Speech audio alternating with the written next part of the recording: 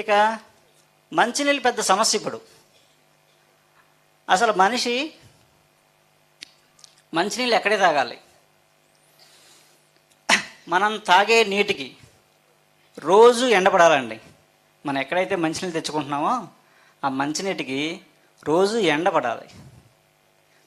భూమి నుంచి 25 అడుగుల లోతు వరకు మాత్రం ఉన్న వాటరే మనుషులకి, పశువులకి, పక్షులకి, ఈ ప్రాణులకి తాగడానికి పనికొచ్చే వాటర్. అది వ్యాధి నిరోధక శక్తి పెంచే వాటర్. ఓకే, అందుకనే మన పూర్వం పెద్ద పెద్ద బావులు లేదా కోనేరు, నది ఉండేది. ఆ రోజు ఎండపడడం అదే ప్యూరిఫికేషన్. ఆ వాటర్ తాగేవాళ్ళం. ఇప్పుడు తాగే వాటర్కి ఎక్కడన్నా ఎండపడుతుందా? 25 దాటి లోపలికి తెచ్చుకుంటున్నాం కదా, అదంతా మినరల్స్ ఉంటాయి అందులో ఉన్న మినరల్స్ లాగేసి కొత్త మినరల్స్ కలిపేసి శుభ్రంగా తాగడానికి టేస్టీగా తెచ్చి తాగుతున్నాం కదా. ఆ తాగడం వల్ల ఏమవుతుందంటే ఆ మినరల్ వాటరు ఈ సరే బాడీలో ఇమ్యూనిటీ అంతా పోతుంది. జబ్బు మన స్పాన్ తగ్గిపోతుంది, లైఫ్ స్పాన్ తగ్గిపోతుంది. అదే నూతిలోంచి నీళ్ళు, అదే ఇప్పుడు ఉన్న బోర్లోంచి వచ్చిన వాటరు భూమిలోంచి నోటికి వచ్చే వరకు ప్లాస్టిక్ తగలకుండా వస్తుందా? ఆలోచించండి. ప్లాస్టిక్ తగలకుండా రావట్లేదు. పూర్వం మనం నీళ్ళు తెచ్చుకోవాలంటే కుండ, లేతే రాగి బింది, ఇత్తడి, ఇవన్నీ పక్కన పెట్టి మనం ప్లాస్టికే ఉన్నాం. అదే దీనికి చిన్న రెమెడీ చెప్తాను మీకు. ఇప్పుడంతా పద్మవ్యూహంలో ఉన్నాం, మనం బయటపడలేం. ఒక ఉచ్చులో ఉన్నాం, బయటపడడం అసాధ్యం. అందుకని ఏంటంటే మేము వచ్చిన మినరల్ వాటర్ని, మీ ఆక్వా వాటర్ అవ్వచ్చు, ఏదైనా అవ్వచ్చు, ఎనీ మినరల్ వాటర్ కుండలో పోసుకోండి. తెచ్చిన నీళ్ళు కుండలో పోసేయండి. రాత్రి పొద్దున్న తాగండి. 50% మీకు మళ్ళీ బెటర్ అవుతుంది వాటర్. ఒక 50% వాటరు మంచిగా అవుతుంది. ఆ కుండ 6 నెలలే పనిచేస్తుంది. 6 నెలల తర్వాత కుండ తీసేయండి, మళ్ళీ కొత్త కుండ పెట్టుకోండి. ఇది గుడ్లో మెల్లనే చిన్న రెమెడీ అంతే. అయితే మనకి వాటర్ పోయింది, రుచులు పోయాయి, డే లైఫ్ పోయింది, సో అన్నీ పోయాయి. ఈ అంత కారణం వల్ల మనకి ఈ ప్రాబ్లమ్స్. అయితే ఇంకో చిన్న కాన్సెప్ట్ ఏంటంటే, అసలు ఇదంతా ఎందుకు జరుగుతుంది? ఈ మాయ అంతా ఎందుకు వచ్చింది? డివైన్ ఆర్ట్స్ అంటే తెలుసా అండి? డివైన్ ఆర్ట్స్ అంటే ఫుడ్, హెల్త్, ఎడ్యుకేషన్, ఈ 3 డివైన్ ఆర్ట్స్. ఇవి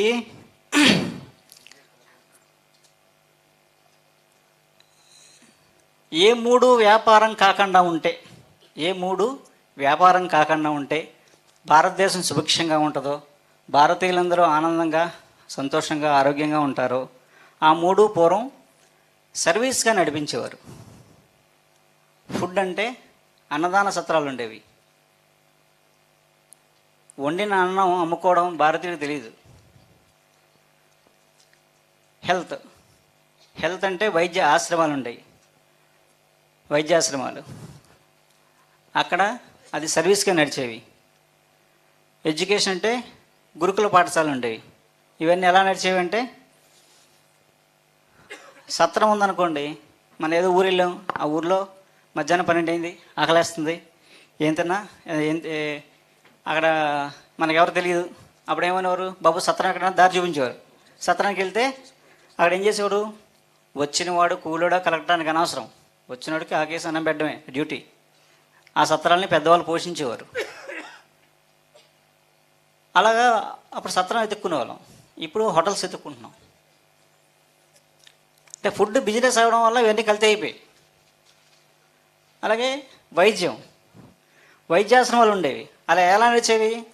ఒక వైద్యాశ్రమంలో ఒక గురువు ఉండేవాడు, ఒక డాక్టరు, ఆ వైద్యం చేసేవాడు.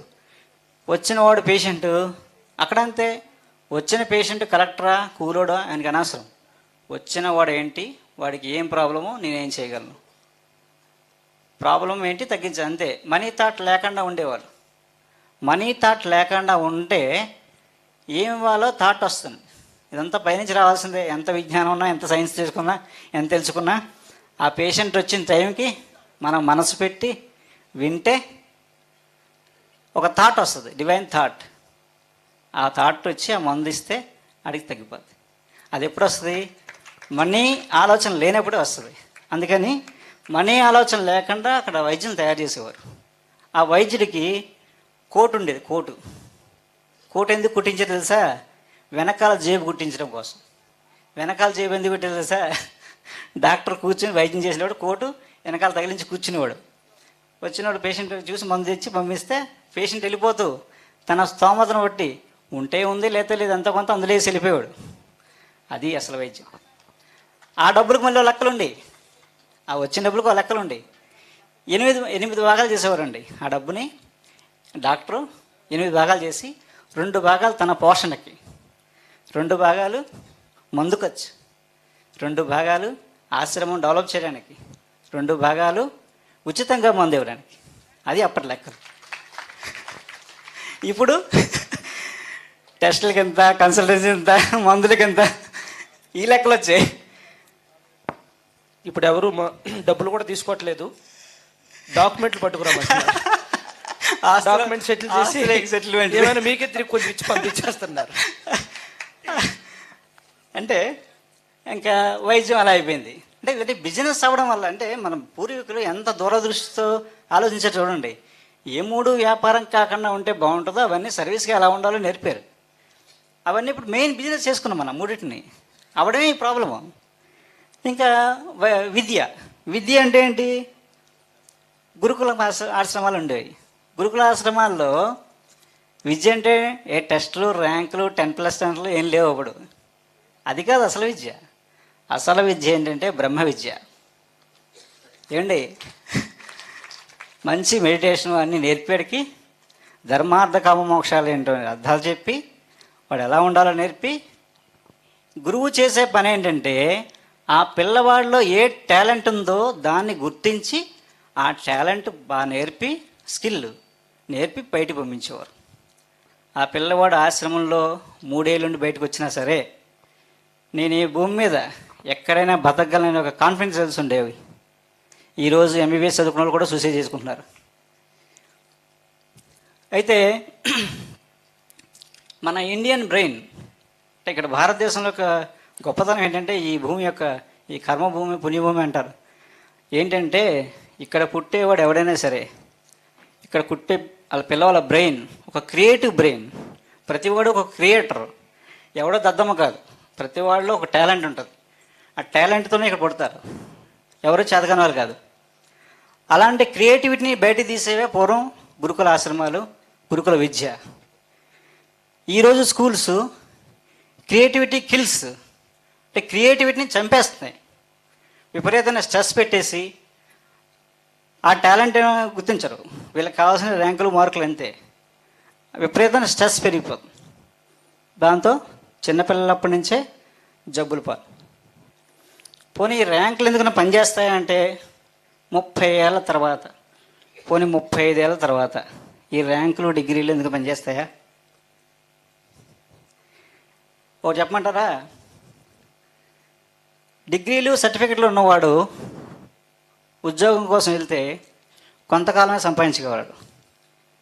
స్కిల్ ఉన్నవాడు చివరి శ్వాస వరకు డబ్బు సంపాదిస్తూనే ఉంటాడు.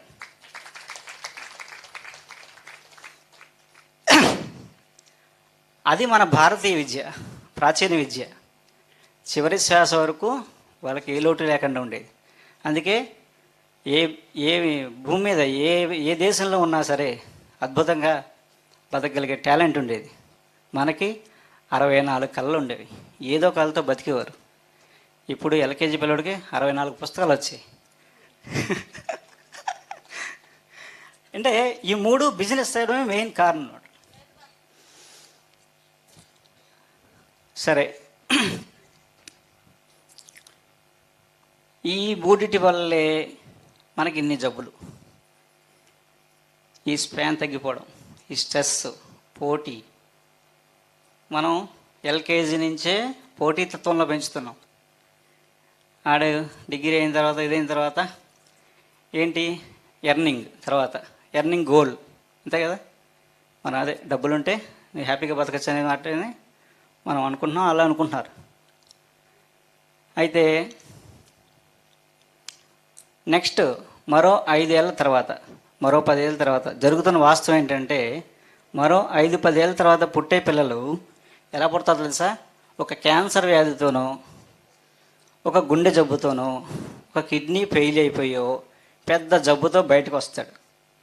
అప్పుడు ఈ కోట్ల ఆస్తులు ఇవన్నీ ఎందుకు పనిచేస్తాయా? ఏమీ పనిచేయవు. నెక్స్ట్ తరానికి మనం ఇచ్చేది ఆస్తులు కాదు, మంచి ఆరోగ్యాన్ని ఇవ్వండి, మంచి ధ్యానాలను చేయండి, మంచి ధ్యానాన్ని నేర్పండి. ధ్యానం అల్టిమేట్, ఇవన్నీ సెకండరీ. ధ్యానం నేర్పితే వాడి గోల్ క్రియేట్ అవుతుంది, ఆ క్రియేటివిటీ బయటకు వస్తుంది, ఆ స్కిల్ సంపాదించుకుంటాడు. ఒక స్కిల్ నేర్పండి, మంచి స్కిల్ ఇవ్వండి, మంచి ఆరోగ్యాన్ని ఇవ్వండి. నెక్స్ట్ తరానికి మనం చేయబోతే అదే, అంతకుమించి మనం ఏం చేయగల.